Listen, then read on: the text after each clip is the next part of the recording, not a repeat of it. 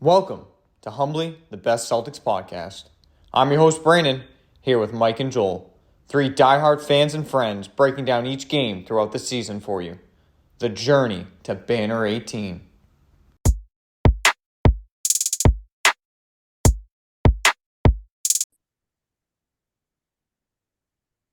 The Celtics' first in-season tournament appearance has come to an end with a tough loss tonight against Indiana Pacers, 122-112. Rough loss.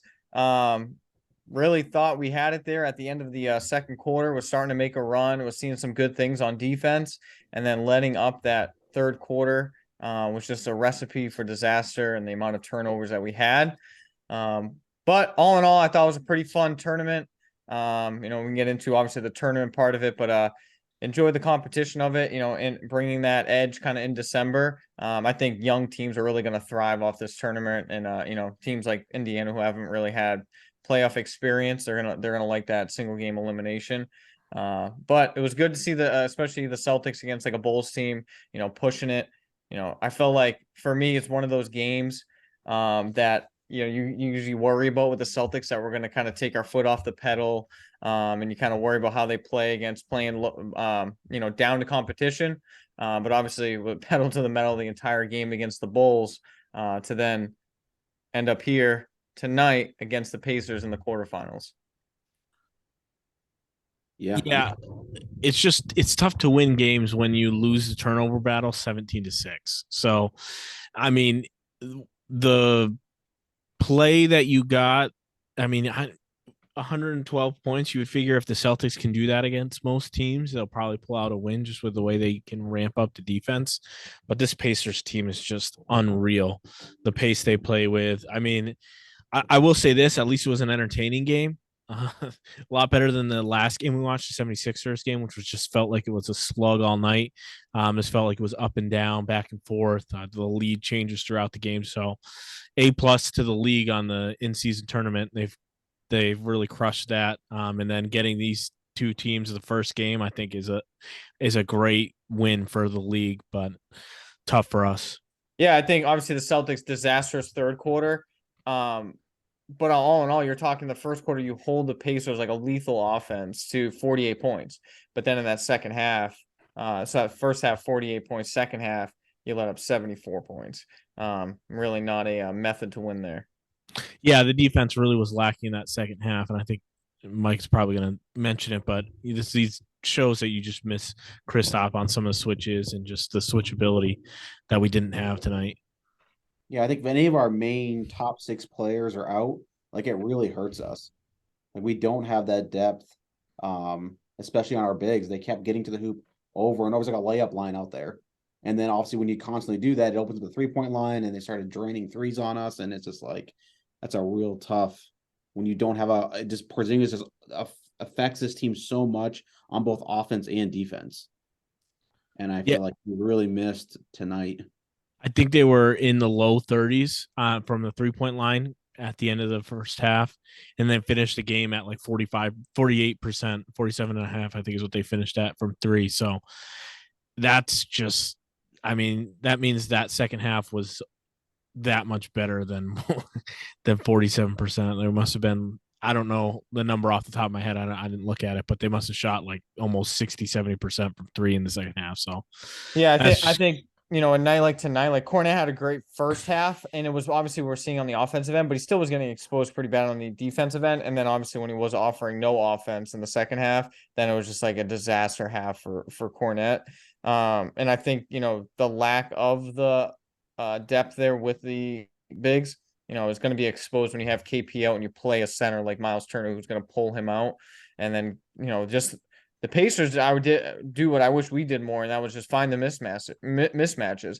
How many times was Halliburton switched on to like a Cornet or even TJ Al. McConnell? Yeah, Yeah. or Al. And it was like I felt like every time I stood off my couch and said, "Oh no," because I knew like some crazy move was about to be pulled out and they were about to be put into a spin cycle. Let me So let me ask you guys that's this: pretty bad. did the switching, pulling Al out like past the 3-point line, switching onto a point guard, did that give you flashbacks to the finals when Yeah. he was out on an island against Halliburton? Just reminded me so much of that Curry finals. Like, and this is the kind of game that Halliburton ended up having. That third quarter, his offense Yeah. was like Held better to than 7 points in the first half, which you couldn't have asked for a better half against a guy like Halliburton.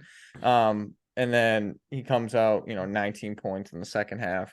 And then Yeah. obviously they had a huge showing from Neesmith off the bench in the fourth quarter. Our bench kind of chirped at him and it kind of fired him up. It's kind of like they poked the bear a little bit. I feel like lately, every time we play him, he's coming out with a Oh, fight. so much energy. Yeah, he always comes out to prove a point. Like he didn't suck for the first 2 years. Like barely looked like an NBA player. But definitely a game we could have used KP. Disappointing game for Al. He's been hot. He's been looking great. Huge game against the Bulls he was coming off of. Gets to start again, obviously, with KP out. But all you really got from our bench tonight was Sam Hauser. Pritchard gave us absolutely nothing. 0 for 5. Cornette, obviously liability in the defense second half. I'm fine with Banton only because of the size. I know his job is not to go in there and get you a bucket. For me, he's kind of like that Semi Ojeleye kind of character that we can get out there with size just for defense and for some rebounds, which he did. He got 4 rebounds in 11 minutes. Got us a big second chance with an offensive rebound during the game. But obviously, disappointing showing from our bench outside of Hauser, who was absolutely a flamethrower. He was the only plus on the entire team. He was a +9 in a game that we lose by obviously 10 points because they had a bogus 3 at the end. I would have liked to see Brissett come tonight. I mean, he played for the Pacers the last couple of years. I started his career there, and I would have liked to see him get some of those Banton minutes where it's like at least he can stretch the field a little bit with his 3-point shooting. And again, he's not afraid to shoot back. And plus, it's one of those things you go return home back to the Pacers who let you go or trade you away, whatever, right? I would have liked to see him get some minutes out there because he brings energy. He rebounds the ball. I think he's going to give you more than what Banton is because Banton just can't and won't shoot the ball.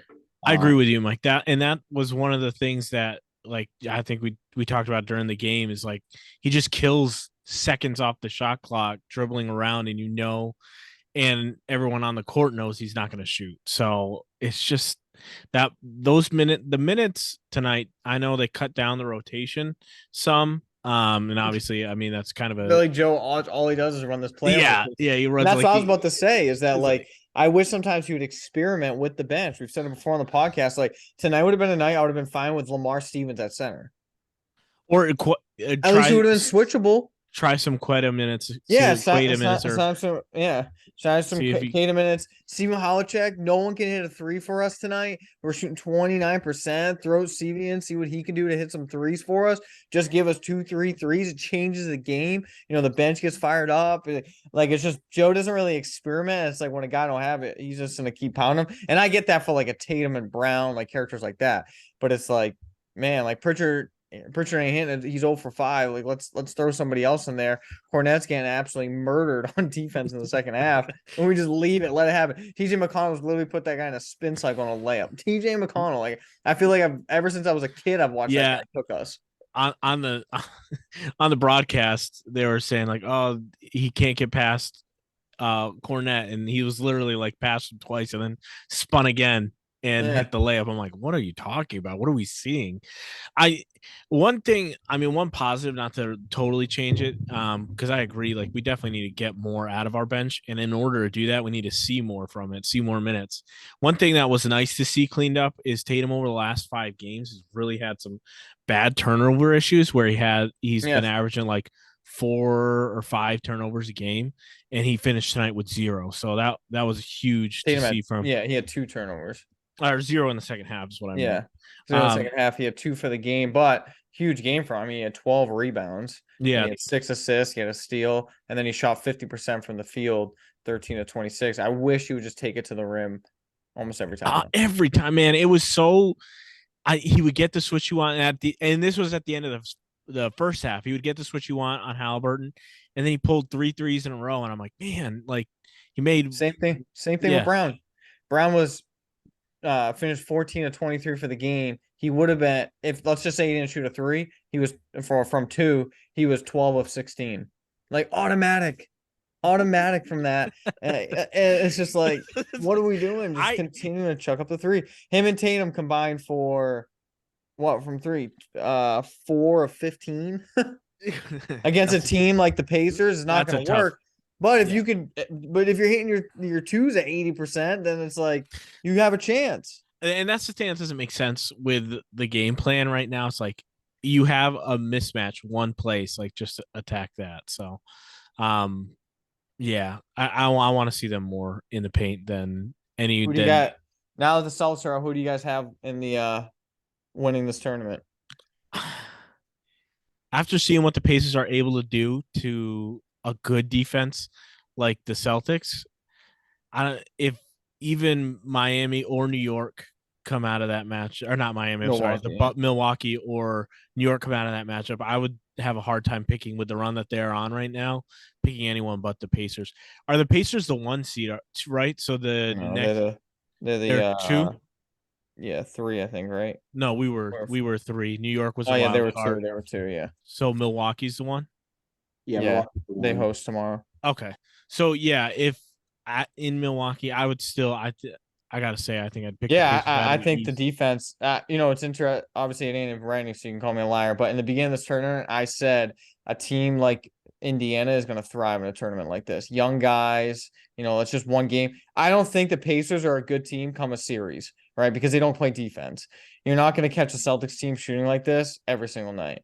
And the hype and all that only lasts so much. But like in a March Madness like tournament like this, where it's single game elimination, this kind of plays right into what the Pacers need. Get hot, live off energy per game, and you'll be all right. And then you get lucky and you could play next game like the Bucks, who are like they're not going to play defense either, and they cannot score the way you score. I think it's them. I think as far as that, like I think the Pelicans are decent, decent chance, and then obviously the Phoenix. I think the Phoenix Lakers game is going to be a fantastic game tomorrow night. Yeah, Getting see, KD, LeBron together. They'll I have really Devin don't Booker like. this time. I really don't like any of those teams in the West to win this. The Lakers are one of those teams that you don't know what you're going to get night to night from them, and they could just come out one night and have an absolute stinker and struggle to get to 95 points. That's how I feel like the Pelicans are. Yeah, and the Pelicans they're the same way too. Like Zion has it, and he's going to shoot 100% from the field one day. The next night, he's going to shoot like 32% from the field. So I really like the Pacers. If I were going to put money on it, I'd probably put money on the Pacers. I don't know what their odds are after tonight, and then can't be plus money anymore. I think the Bucks are going to win it in the East. I just think they're healthy now, and I think the Pacers played well because they have the home crowd behind them. That home crowd was ridiculous tonight. They were constantly talking with intensity, and I think they're going to fold like a chair when they go to the Bucks and they play in the Bucks environment. I don't think they're going to have the Bucks just aren't good. I think the Bucks are just the better team though. They're healthy right now, and I think a guy like Damian Lillard, you're going to see him step up in big games like this. Bucks and Pacers played a month ago, and the Celtics and Pacers played a month ago. How'd that go? Yeah, Halliburton didn't play. Yeah, and I'm sure the Bucks had who the Bucks have out that night. They had gimpy Chris Middleton back then. Oh, Chris Middleton's still gimpy to this day. He's absolutely useless. And it was in the Pacers stadium too. So I think when it goes back to Milwaukee, I don't see them. We're like giving the Pacers like the best crowd in NBA right now. It's like it's the Mecca. I mean, you should. Did you hear it tonight? It was yeah, but I'm saying like a regular season game. It's not a regular season game though. All right, so they didn't have Dame, but Dame sucks anyways. But it doesn't matter. It's not. It's going to be. It's like a borderline superstar. It's going to be in Vegas too, right? After this game, right? After game 1, it's in Vegas. So it's not in Milwaukee. Giannis had 54 points, and they lost, right? Yeah. Yeah. See, dude, he's not doing better than that. Mike. So would you agree with me though that you think the winner comes out of the East? How do you think I think if the Suns are healthy, they're a wild card. Yeah, but they're not, right? Katie's just coming back, right? And Booker's back. Beal's, I think so. Beal's out. Beal, that guy is Booker back from? I thought he had an ankle. Booker's back. Yeah. Yeah. I mean, Lakers. This is a Celtics podcast. Why would we pick the Lakers? Even if they have the best odds to win, I want to pick the Lakers. All in all, though, I thought, the tournament was fun. I think there's different things they need to fix up, like the point differential thing. I think was kind of ridiculous. Obviously, like I don't care about fouling Andre Drummond and all that stuff. Like Joe said, they can get over it. Andre Drummond, you're an NBA player. Hit your free throws and don't cry about it. Yeah, But don't lose by 30. yeah, and also don't lose by 30. Like, come on. And it was a regular season game regardless on the schedule. But I didn't I was at the game and like every time some guy like would fall, like Brown, I remember fell, and it's just like, oh no, like a dude gets hurt, like it's just a recipe for a guy getting hurt. Like there's just no need. If you want the players to keep into it, I think they got to remove, something like that and figure something out. Maybe add a fourth group on each side. Yeah, So you put don't them deal up with to 6 teams instead of 5 teams, and that way everyone plays on the last night too. So there's less of that. Yeah. I mean, rigging. Now on the other side, I think it's like kind of bogus. Like the Orlando Magic, I thought deserved to be in it over us. Like, how do you beat us and then not Yeah, and then not be in it? Because they were sitting at home having to watch us know what point we have to get to. and Was play kind of the wild. Bulls where we could get Yeah, to where it was like, whatever it was. let me know what we need to get. Yeah, couldn't have been like a worse recipe for the Magic, but I mean, I like that it's bringing up to the intensity. I think the bench guys care a ton, as they should. $500,000, a lot of money for them. So I do like that, and I do like it's a good experience for the Celtics. I think hopefully for Brad, it's like you look at the tournament and say we need some center depth, like in games Some like that. bigs. Yeah, we need a big. Like, let's get someone. Let's get another big in here. Really, that's really for me the biggest like thing that we need. And other than that, like I'm okay with the roster. I think our scoring is there. They're gonna have droughts. It's a bench. Like there's a reason those guys are on the bench. So they're not consistent every single night, most of them. But like whatever, Pritchard, it is what it is. He's gonna have those games. Hauser's just been a flamethrower. You can just expect him. And then you're adding Horford back to the bench when Porzingis is back, but getting a big. If Kate is not the guy, send him off to Maine and let's find another big. Yeah, I think we definitely that power forward, kind of that Grant Williams role is what was needed. Like tonight when they kept switching on Hauser, like that's what I would have liked to see. Again, we talked about it earlier, like a guy Yeah. like that or Stevens come in there and at least offer some more resistance there because it was zero resistance. Like if I was them, I would have gone to I would have kept Every feeding down. every time down. Yeah. So it was definitely they intentionally would wait, do the switch, get him down inside, and then it was barbecue chicken after that. Yeah. I think this game, Mike, and that Orlando game, both of those, I'm like, so first time all season, I'm like, it would have been nice to have Grant out here, like just to have another big body to go in front of Turner this game and I may be Wagner different, the but I last can't say game. I've missed Grant one time this year. Yeah. It was the defensive versatility that I missed from him. Yeah, I I mean, do, but he was still undersized. Like under Miles Turner, I still think would have ate him up. But he just would get into. He had that physical, he had that beef to him. Yeah. Though, that would allow him to get pushed like Hauser.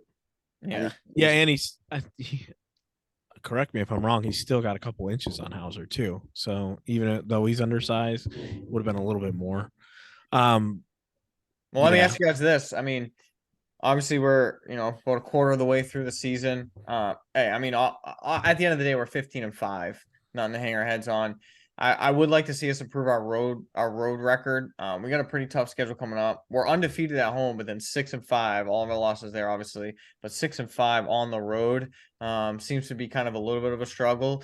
I know most of our road games surprisingly have been games we're missing people between back-to-backs, Derek White and the birth of his son, and flying back one game, and then obviously Porzingis now off for the stint, which Yeah, there are some sample size issues with that too. Like, yeah, I mean it's 11 games, 6-5. But obviously I'm more than happy with Porzingis taking his time, so we're not hopefully dealing with injuries. But we're starting to see our guys fall in the role. Give me your ranks of the most important guys on this team right now. Talk all-stars, talking rank of the team. What's your 1 through 5 importance to this team?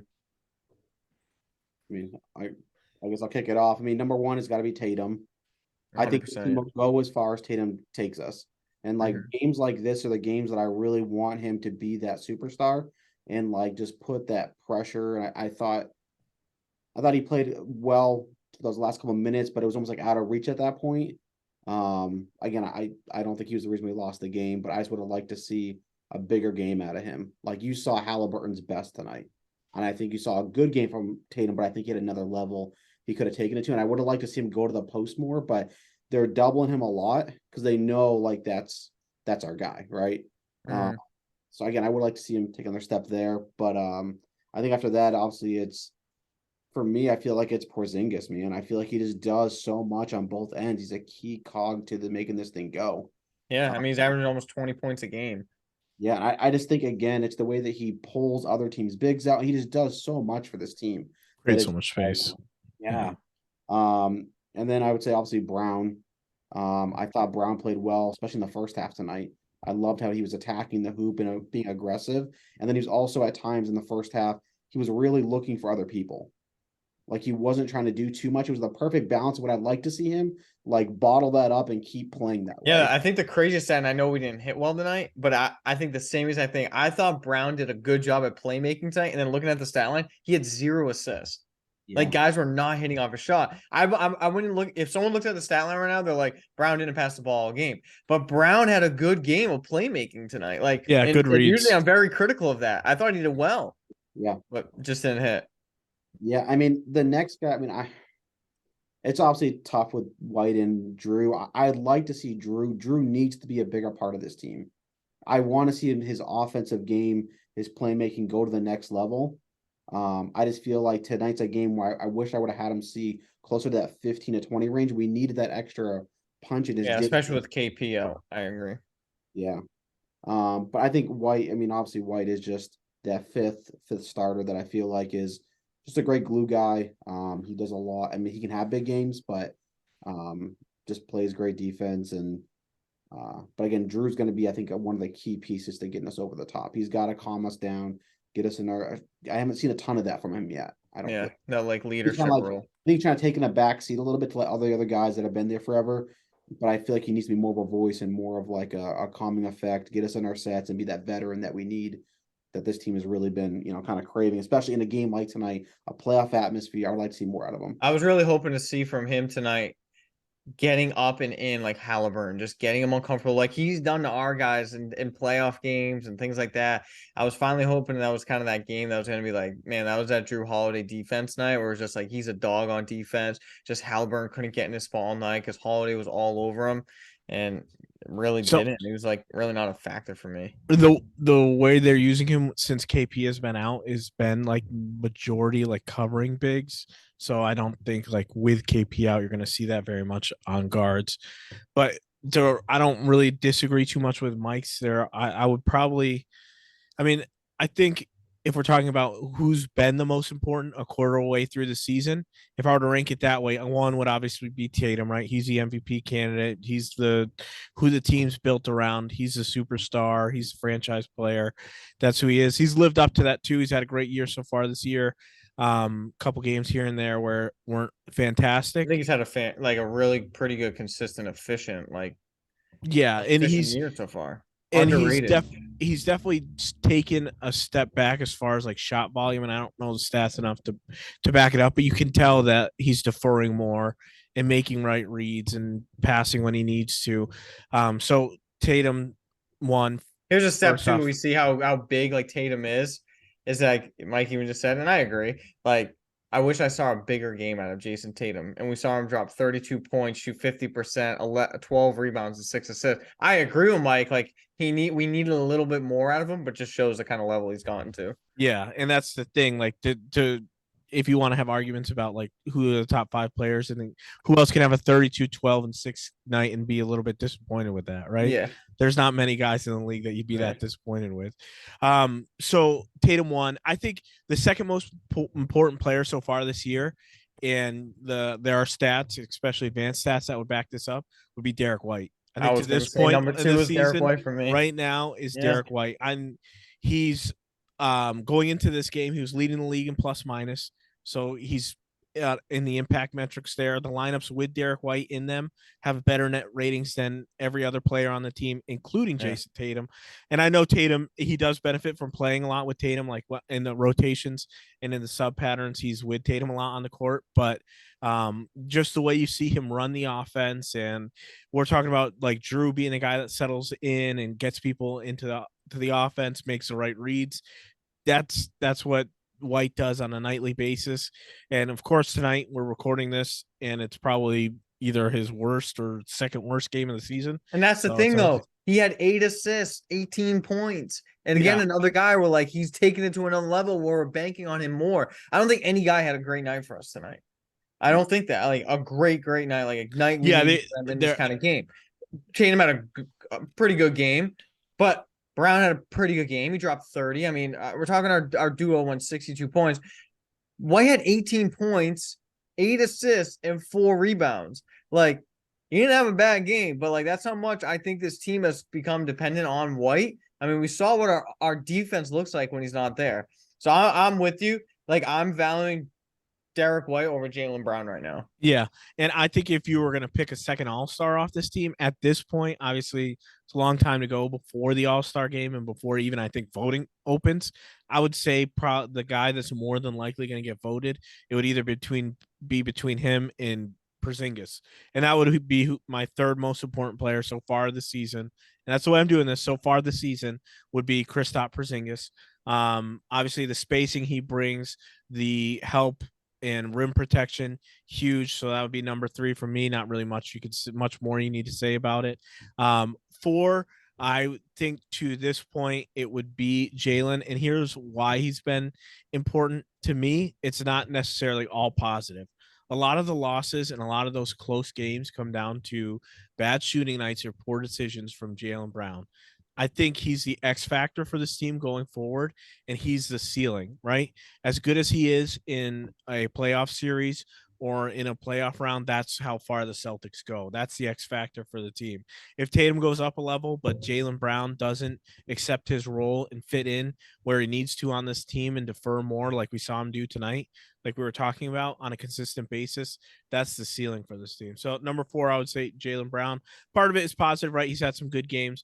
But a lot of it, I feel like, is more of a question mark. Like, is he going to fit in where he needs to fit in going forward? And then number 5, a surprise pick for you guys. I'll let you eat on this one. The Sam number Hauser. 5 most important player so far this year has been Sam Hauser. Absolutely. Absolutely. Sammy Slammer. You got to have it off the bench. If you don't have a guy like Sam off the bench, it's over. Here's the thing, and obviously I would have never coming into the season, and we had an hour and a half long podcast to open the season. We might have talked about Sam Hauser, but we didn't say that how important of a role he could have if he came in and shot like he has.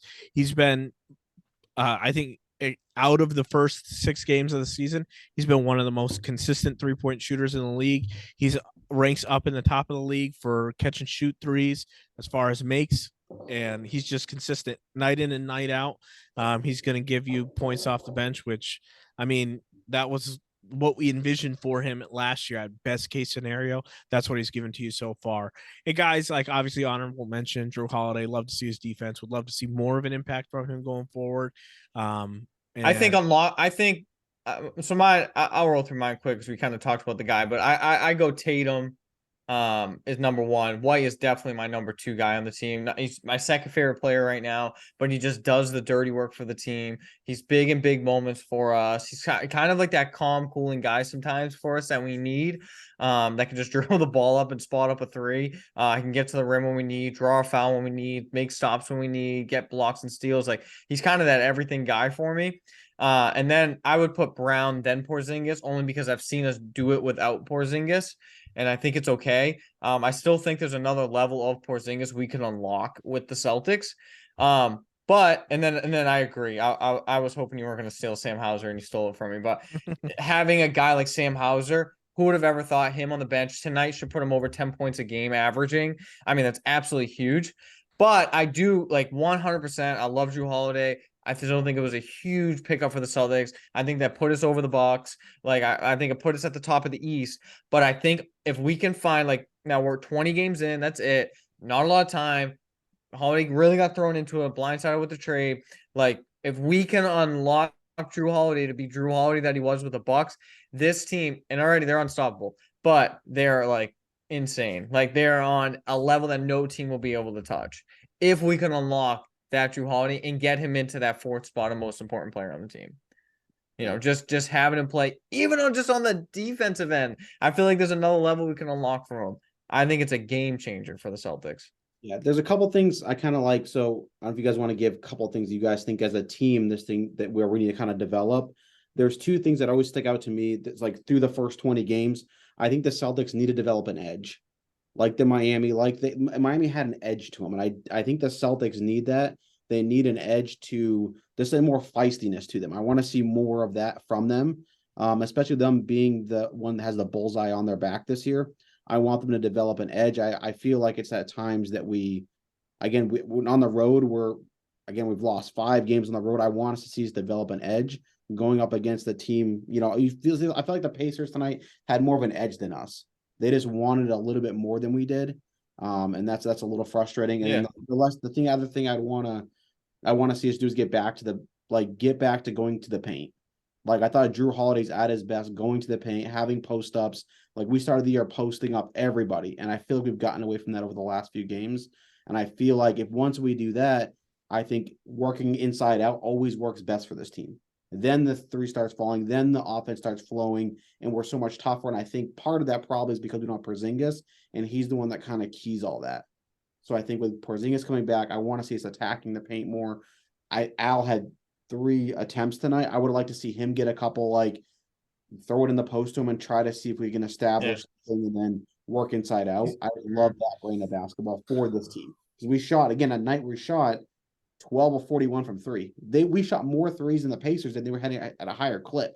But we just kept that barrage of threes The going. thing is, I'm okay with the barrage of threes sometimes, but it's not our threes. I love when we're cutting it in and we can find that. Like I love Celtics basketball when they're driving to the hoop, and if they don't have it, when we dish it out and it starts running around the perimeter and you find that open guy. I mean, that is just lethal basketball. Like that is Celtics Joe Mazzulla ball. And like I don't think I remember one play tonight that we did that. Yeah, driving kick is definitely the key of Missoula ball. And one thing, not to poo poo on you guys talking about the road record, but the Nuggets were below 500 on the road last year. Last year, they finished 19-22 on the road, so it's not uncommon for championship caliber teams just to not play the same on the road. My two things I think I would like to see the Celtics in the next 3/4 of the season. First would be like a twofer. It'd be transition and then at the rim. So I would love to see the Celtics play with a little bit higher of a pace and get more shots at the rim instead of settling for those 3, which I think is what everyone harps on when we talk about the Celtics. And then tied to that, I think my second thing would be turnovers. I'd love to see them force more turnovers. I mean, a team that plays as fast as the Pacers, they only forced 7 turnovers tonight. And I know the Celtics going into tonight ranked near the bottom of the league in forced turnovers. They rebound really well. They usually don't give up too many offensive rebounds. They're near the bottom of the league in offensive rebounds given up are allowed. So, but to be able to apply ball pressure and get turnovers so we can play in transition. And that's really when you see the efficiency of Jaylen Brown kick up and getting him easy baskets. I think same with Holiday, like getting those guys some easy baskets in transition, I think would be huge. And doing it with pace and by forcing turnovers, I'd love to see those two things improve the next 3/4 of the year, next 60 games. Yeah, I mean, for me, I definitely want to see more big activity. I think we get a little bit more of that back, like posting guys up with Porzingis. Hope to see a little bit more. I want to see Porzingis even do it more than he was doing before he, left for a couple game absence here. But yeah, even a guy like Al, for Al, I keep saying too, it's like his 3 ball is just not there this year, and that's fine. It was there against the Bulls, but it hasn't been consistent. Like, get into the post. Like, you have post moves. We've seen you do work in the post and do that. And then the other thing is we got to be better in the third quarter coming out in the second half. I feel like we've been better at not stepping down to competition this year.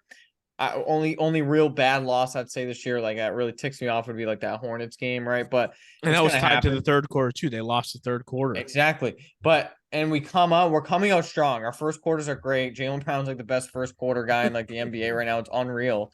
But the third quarters, we come out of the locker room and it's like, who's giving this halftime speech? It's got to be terrible because they're just coming out flat, no energy. Most of the time, our third quarter lineups are atrocious. It's crazy. So, I would definitely like to see more bigs, and then obviously more. And like I said, a lot better response out of the halftime. We grabbed energy and had a huge end to that second quarter. went into the locker room and then just died. Like, what happened? You know, like I was like, man, like what? That's what we needed and everything like that. But definitely disappointing loss. But that's the tournament. You know, I'm a little okay with it just because I was getting nervous, but the guys getting hurt. At the end of the day, it's all about Banner 18 and nothing more important. It doesn't get easier. We have either the Bucks or the Knicks. We'll wait on them on Friday to see who will play them. 2 games in a row against Cleveland, 2 games a row against Orlando. Nothing I love more than beating Orlando twice in a row after they beat us in the in-season tournament.